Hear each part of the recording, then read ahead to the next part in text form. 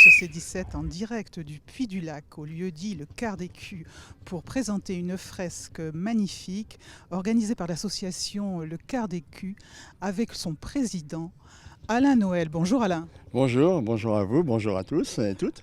Bonjour Noël. Alain, pardon. Oui, Alain, oui. j'aimerais que vous nous racontiez déjà au départ l'histoire de cette association parce que ça remonte loin et surtout à l'enfance.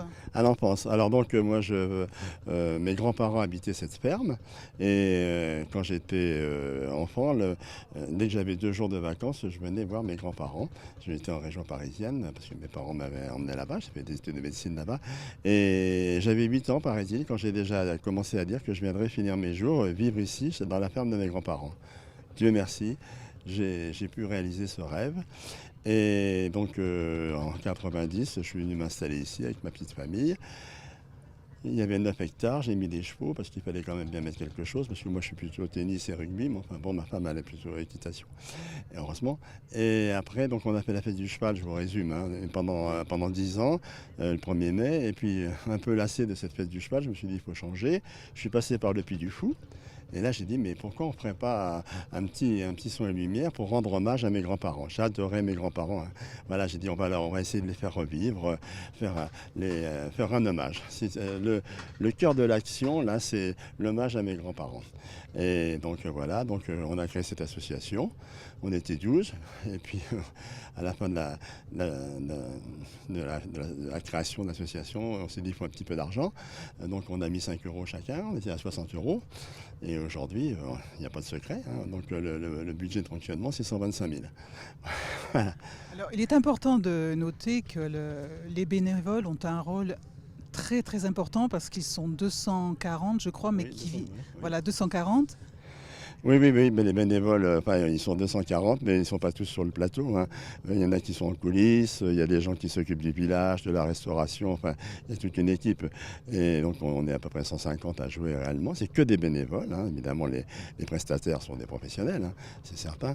Et ce qui me fait aussi plaisir, c'est qu'il y en a du village, mais pas énormément, mais ils viennent de tous les villes et villages alentours, hein. C'est ça, quasiment de tout le département. C'est une petite fierté quelque part de pouvoir rassembler des gens de toutes conditions, de tous les âges. Ça va de 6 ans à 96 ans, hein. Et puis donc ce rassemblement-là, ça me plaît bien. Alors, ils sont tous costumés d'époque, ils participent à tout. Ah oui. Et donc, le village est ouvert à partir de 15h30. Ça? Oui, c'est un village expo qui est dans l'esprit de ce qui se passe le soir. On ne fait pas la barbe à papa, je vous le dis tout de suite. J'appelle ça la mise en bouche par rapport à ce qui va se passer le soir. Il y a des battages à l'ancienne, on les entend d'ailleurs là, on les fait là. Il y a la fabrication de l'huile de noix, il y a les cordes, il y a la classe à l'ancienne. Enfin, il y a tout. On est dans le thème de la ruralité. Des milieux agricoles, voilà, donc il y a un ensemble, quoi. Et le soir, donc, le spectacle commence avec une évocation de vos grands-parents, avec l'interprétation. C'est même tout le spectacle, c'est l'histoire de mes grands-parents. Ce qui est bien, c'est que c'est une histoire toute simple, mais tout le monde s'y retrouve, parce que c'est l'histoire de tout le monde. Les plus anciens revoient leur jeunesse, les moins anciens, ça leur rappelle un peu leurs parents, leurs grands-parents. Et les jeunes découvrent un peu comment vivaient les grands-parents et les parents. Donc là, c'est vrai qu'on transmet quelque chose. On transmet une façon de vivre, on transmet du patrimoine. Vive la transmission. Alors, on va quand même attirer l'attention pour venir ici. Il ne faut pas se tromper, c'est entre Rochefort, Saint-Jean-d'Angély et Saintes. Ça fait le C'est triangle. le triangle, oui.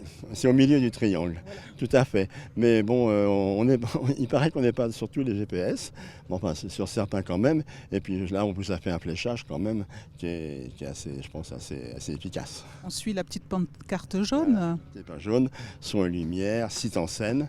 Donc on est site en scène depuis maintenant 7 ou 8 ans. Et c'est vrai que ça c'est un plus pour nous. Et donc là, on a toute la publicité et puis le fléchage des sites en scène. Alors venez voir le Quart d'Écu, c'est magnifique, un spectacle son et lumière magnifique. Merci Alain. Bah, écoutez, je crois que s'il y en a un qui veut remercier l'autre, c'est moi. Je vous remercie d'être venus tous les deux et puis de nous faire un peu beaucoup, même de publicité et tout. On a 1500 places, donc on peut accueillir du monde, il n'y a pas de problème. Et puis bon, apparemment les gens repartent heureux et surpris que dans un petit village comme ça, dans un ancien champ de patates, on puisse faire, on puisse faire un soin et lumière, quoi. Allez, c'est du 25 au 28. Ça a commencé hier soir. À bientôt sur C17 et toujours en direct.